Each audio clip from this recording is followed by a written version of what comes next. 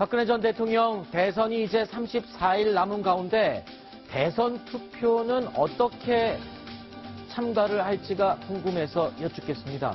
자, 박근혜 전 대통령도 대선 투표에 참가할 수가 있지요? 있다고 합니다. 네. 그러니까 어떤 방법으로 가능한 거죠? 그러니까 이제 구치소에 있는 사람들은 사실 유권자 아니겠습니까? 네. 일단 거소가 근로 제한돼 있는 거지만 일종의 부재자 투표 형태로 해서 투표는 가능하다고 하고 거소 투표죠. 네. 거소 투표 형태로 해서 가능하다고 하고 네. 신청 기간이 이제 4월 11일부터 15일까지라고 하는데 이제 그때 신청하면 가능하다는 건데 글쎄요. 근데 실질적으로 박근혜 전 대통령이 투표에 참여할 가능성은 좀 낮다고 봅니다. 아니요. 그래도 전직 대통령인데 뭐 그렇긴 한데 죄송합니다. 네. 입장이 사실 지금 본인이 거기 수감된 지 얼마 되지도 않았고 네. 그리고 사실 적응도 쉽지 않을 거고 거긴다가 이제 재판 준비도 쉽지 않을 건데 네. 글쎄요. 거소 투표를 신청해가지고 한 표를 행사할 현실적으로 가능할까? 저는 그렇게 할까는 좀 의문이. 물론 본인이 뭐 한다고 하면 하는 거지만요. 네. 하정도 의원께 묻겠습니다. 이 부재자 투표를 만약에 박 전 대통령이 구치소 안에서 신청을 한다 네. 치면은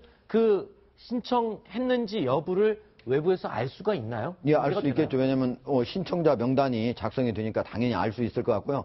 저는 이제 박근혜 대통령이 어차피 저것도 하나의 정치의 과정이니까 하나의 시민의 어떤 권리로서 우리가 항상 정부에서 투표는 해야 된다고 권유하지 않습니까? 그러니까 그런 측면에서 할 거라고 봅니다. 그러나 박근혜 대통령이 지금 독방에 들어있지 않습니까? 네. 그런데 만약에 저 투표를 하려면 다른 사람과 똑같이 줄 서가지고 이제 해야 되는데 자기만 따로 방 하나 만들어가지고 할 수는 없지 않습니까? 그러네요. 그런 측면에서 보면은 그걸 과연 할 수 있을까 하는 그런 또 측면도 있습니다. 그렇군요. 그리고요, 연일 저희가 박 전 대통령의 구치소 내부 생활에 대해서 조금씩 알려드리고 있고 또 알려지는 부분들도 있습니다. 그래서 궁금한 점들 많이 있을 텐데 저희가 궁금해하다 보니까 또 네티즌들이요, 실제 서울구치소 생활을 해봤던 분들이 인터넷에 경험담을 많이 올리고 있다고 합니다. 몇 가지 저희가 대표적으로 좀 소개를 하겠습니다. 인터넷에 올라있는 실제 서울구치소 경험자들의 글입니다. 서울구치소는 교도관도 재소자 밥을 같이 먹을 정도로 음식이 괜찮습니다. 사회 유명 인사들이 많이 오는 곳이라 서로 존중해주는 분위기입니다. 이런 경험담을 올린 분도 있고요. 또 독거실, 혼자 쓰는 방이겠죠? 독거실에서는 조용히 사색할 시간이 많습니다. 그곳에서 오히려 재기의 발판을 마련하는 사람도 많습니다. 라고 얘기를 했습니다. 자, 김태현 변호사가 혹시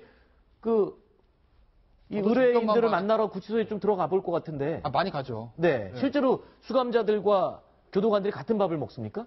그걸 물어볼 수는 없지 않습니까? 번호에 적혀놔서, 사장님. 다음번에 뭐 갔을 때 한번 물어보고 오세요. 밥이 좀 먹을만 합니까? 나 어떻게 물어봅니까? 네. 저도 사실 잘 모르는데. 네, 네. 이런 건 있어요. 그러니까 예전에는 우리 콩밥이라고 했잖아요. 실제로 콩밥이 안 나온다면서요? 근데 예전에 콩밥이 나왔어요. 아, 그래요? 예전에. 그래서 네. 예전에 사법시험 문제 보면 그런 것도 나왔어요. 재소자들 밥을 콩 몇 프로, 보리 몇 프로 이것도 문제 나오고 그랬거든요. 콩밥을 했는데 지금은 그게 없어졌다는 거죠. 네. 그러니까 전반적으로 서울구치소뿐만 아니라 전반적으로 구치소의 어떤 환경들이 사실 인권을 생각해서 네. 방의 시설이라든지 식사 같은 것들이 뭐 안에 계신 분들이야 불만이겠지만 조금 올라왔다는 거죠. 그러니까 뭐 이 정도면은 교도관들도 같이 먹어도 된다라는 정도의 그런 표현이에요. 제가 알기로는 교도관이 먹는 식당은 저는 따로 있는 걸로 알고 있습니다. 그리고 이제 독거실 사색할 시간이 많다는 건 뭐냐면요. 서울구치소는 미결수들 되거든요. 왜냐면 미결수들은 노역장에서 일을 안 합니다. 그럼 변호인 접견 없고 일반 접견 없고 혼자 방에서 뭐 하겠습니까? 그러니까 이제 책 보고 독서하고 그런다는 얘기인 거죠. 네. 저게요. 기본적으로 이제 서울중앙지검에서 네. 조사를 한 사람들이 다 서울구치소로 가거든요. 아주 중요한 사람들이 대부분 이제 수사를 하는 게 되는 거거든요. 그러니까 그런 사람, 범털이라고 불리는 분들이 많이 가가지고 다른 데보다 교도관들이 좀 잘 대해줄 수는 있지만 그러나 재소자들의 식사는 모두 1일 1,440원입니다. 그렇죠. 거기 서울구치소만 잘 나올 수가 없습니다. 그렇군요. 그리고 그렇게 만약에 된다면 큰 문제가 되죠. 네, 알겠습니다. 그리고요, 이 서울구치소 내 기상송, 그러니까 아침에 일어날 때 들어야 되는 노래가 또 회자가 되고 있는데요. 이 노래입니다. 들어보시죠. 법은 불편하지도 않아요. 법은 우리를 도와주어요. 법은 우리를. 자, 지킬수록 기분 좋은 기본이라는 노래 제목인데요. 서울구치소에 있는 분들은 이 노래와 함께 모든 하루의 아침이 시작이 된다고 합니다.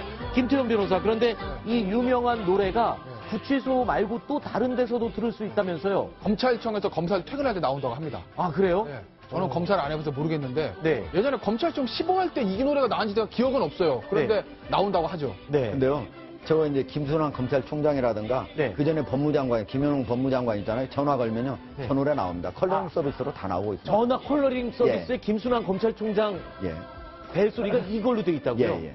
아. 제가 정말 오늘 천생 검사시군요. 예. 김수남 총장은. 예. 알겠습니다. 새로운 소식을 또 알았네요.